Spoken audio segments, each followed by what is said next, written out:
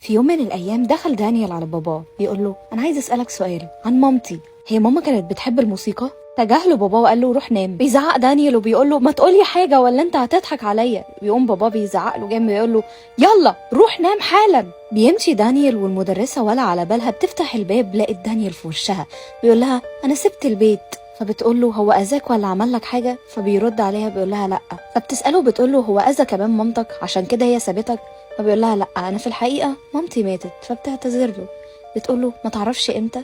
بيرد عليها وبيقول لها لما كنت عندي 4 سنين بابا قال لي ان هي كان عندها سرطان. فبيسألها وبيقول لها عادي لو فضلت قاعد هنا؟ بتقول له عادي مفيش مشكله. هي طبعا ادت له اوضه عشان يقعد فيها. شاف الرسومات وانبهر جدا وحس ان في حاجه مألوفه وهو قاعد مركز. هي دخلت عليه وما كانتش بتتكلم. الولد لف وشه ناحيتها وقال لها هو انا توم صح وانتي مامتي؟ بيقرروا ان هم يعملوا له تحليل DNA. بتقول له الحقيقه فبيقول لها يعني انا كده اتخطفت وانا صغير؟ طب الموضوع ده حصل ازاي؟ بترد عليه بتقول انا لحد دلوقتي مش عارفه بس احنا هنعرف احنا الاتنين. هنبعت العينه دي ونستنى النتيجه. فبيرد عليها توم وبيقول لها وبعدين؟ بترد عليه وبتقول له هنمشي من هنا وهتعيش معايا. سالته لو عنده باسبور فبيقول لها انا معرفش لو عندي اصلا.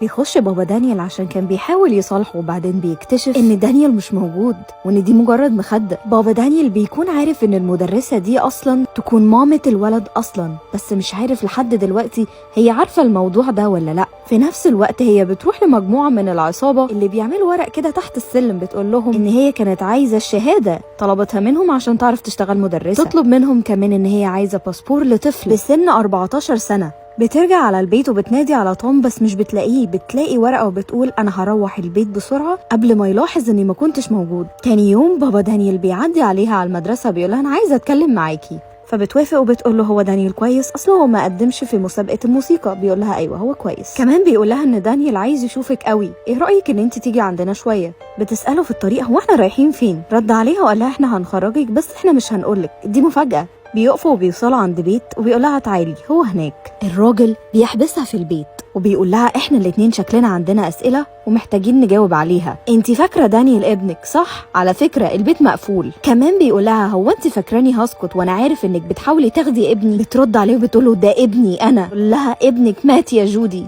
بيقول لها انا مستحيل اخليكي تاخدي ابني وبتهجم عليه عشان تهرب.